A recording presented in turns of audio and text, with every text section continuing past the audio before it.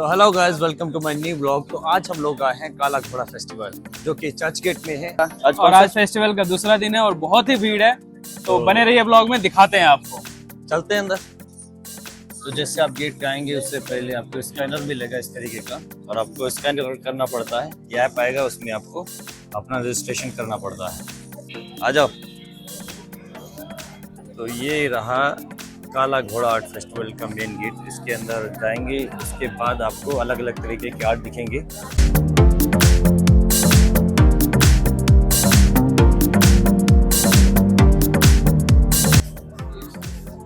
देखिए ladies bag वगैरह यहाँ पे है।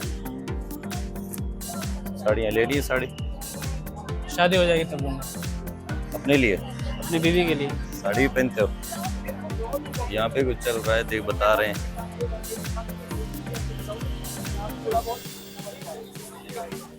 वो उत्तर प्रदेश का स्टॉल लगा हुआ है। यहाँ पे पॉटरी के सब सामान रखे हुए हैं। जो कितने अच्छा तरीके से बनाया है। वेस्टेज बोतल्स हैं जो प्लास्टिक की, उनसे बनाया है ये। भाई यहाँ पे ना अलग अलग स्टॉल्स लगे हैं, अलग अलग स्टेट्स के, हरियाणा, उत्तर प्रदेश, मध्य प्रदेश की, सब अपनी अपनी कलाकारी दिखा रहे हैं। अपनी अपनी जगह की जो फेमस चीज़ें हैं वो यहाँ पे स्टॉल्स लगाए हैं। और यहाँ पे दुनिया भर के लोग हैं, सिर्फ मतलब ये मुंबई के ही नहीं, मुंबई के बाहर के लोग भी काफ़ी सारे फॉरेनर्स यहाँ पे हैं और अलग अलग चीज़ें देखने को मिल रही हैं। ये देखिए यहाँ पे पश्चिम बंगाल का है, गुजरात का स्टॉल लगा हुआ है, कश्मीर का है, आंध्र प्रदेश का भी यहाँ पे लगा हुआ है।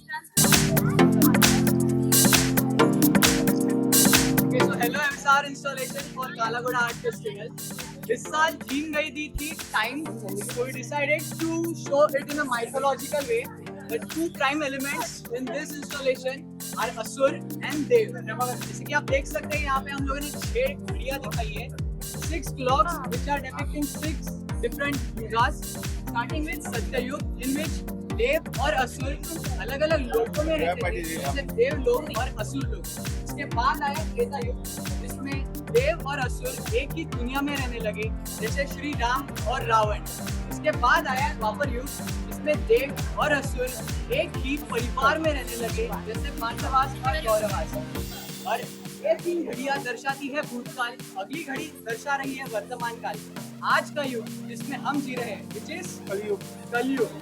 कलयुग में आज के जमाने में देव और असुर एक ही शरीर, एक ही इंसान में वास करते हैं। जैसे हमारे ब्रेन में positive as well as negative thoughts आते हैं, ये घड़ी उसी को दर्शा रही है।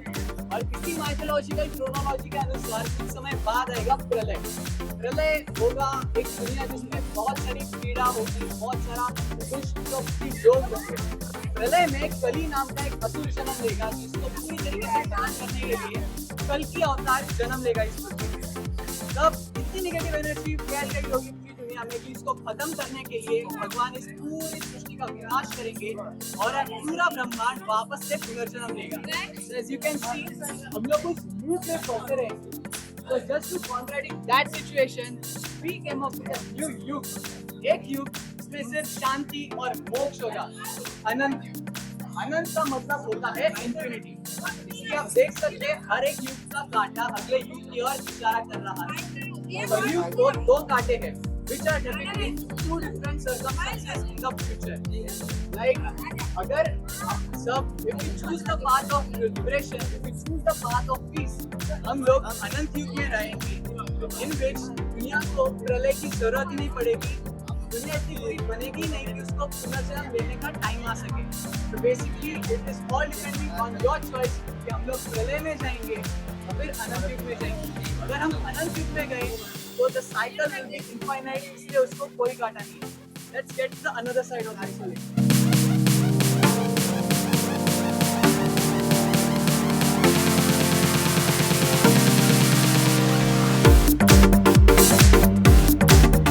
ये देखो कितनी भारी बोतल लगा के रखी है इन लोगों ने, मिल्टन की है। इसके सामने इन्होंने अपना स्टॉल लगा रखा है।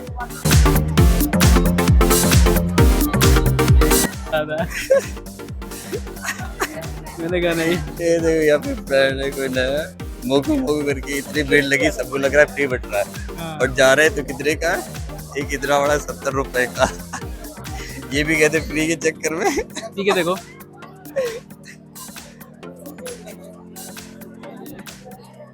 कुछ खास नहीं है, कुछ खास नहीं है। पानी ले लेते 70 रुपए का, हाँ।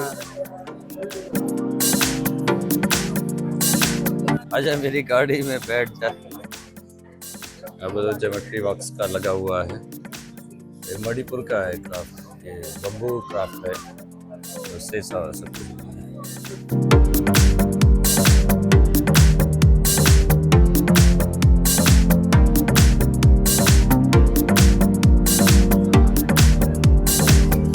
भाई यहाँ पे देखो पीछे स्टडी बूथ है पीसीओ। और लाइन लगी हुई है। एक टेलीफोन रखा हुआ है, तो उसे फोटो खिंचाने के लिए लाइन लगा रखी लोगों ने, कम से कम 100 लोग लाइन में लगे हैं, एक एक करके जा रहे हैं यहाँ पे। और वो देखो लाइन लगी, कितनी बड़ी लाइन लगी है। पुराने जमाने का टाइम है। तो गाइस इस नीले घोड़े के नाम के इस फेस्टिवल का नाम पड़ा है काला घोड़ा। क्या कहते हैं? नहीं, काला घोड़ा ही है। काला? आपको काला आपके है। आंखों में दोष है, दोष है। आंखों की जांच कराएं आप। काला चीज आपको नीला दिखाई देता है। चलिए, तो देखो कितनी बड़ी घड़ी लगा रखी है यहाँ पे। कितना वक्त हो गया? राइट टाइम हो रहा है। गाइस मैं ये वाला भी चेक करवा रहा हूँ। ठीक है, रेडी वाला ना? हाँ दिला दो। पेमेंट कर देना। अच्छा ये बहुत अच्छा है ये। अच्छा है। कितने का?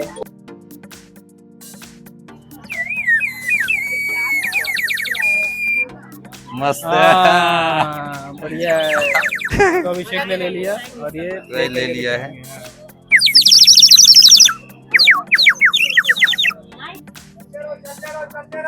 तो गाइज अभी फेस्टिवल पूरा एक्सप्लोर कर लिया है और बाहर आ गए हम लोग। तो फेस्टिवल का पूरा मेला लगा हुआ है, इतनी ज्यादा भीड़ थी भाई, इतनी ज्यादा बहुत भीड़। ज्यादा भीड़ थी। अपने दुकान गांव पे में खड़ा जैसे नहीं हुआ मेला जा लगता है वैसे ही है, वही उससे तो ज्यादा ही भीड़ है। बाकी लेकिन अच्छा है, मतलब अलग अलग स्टेट से लोग आए यहाँ पे अपनी अपनी कलाकारी लेकर, अपनी अपनी चीजें लेकर वहाँ से, तो देखने को बहुत कुछ मिला। आप भी आए तो बहुत अच्छा लगेगा।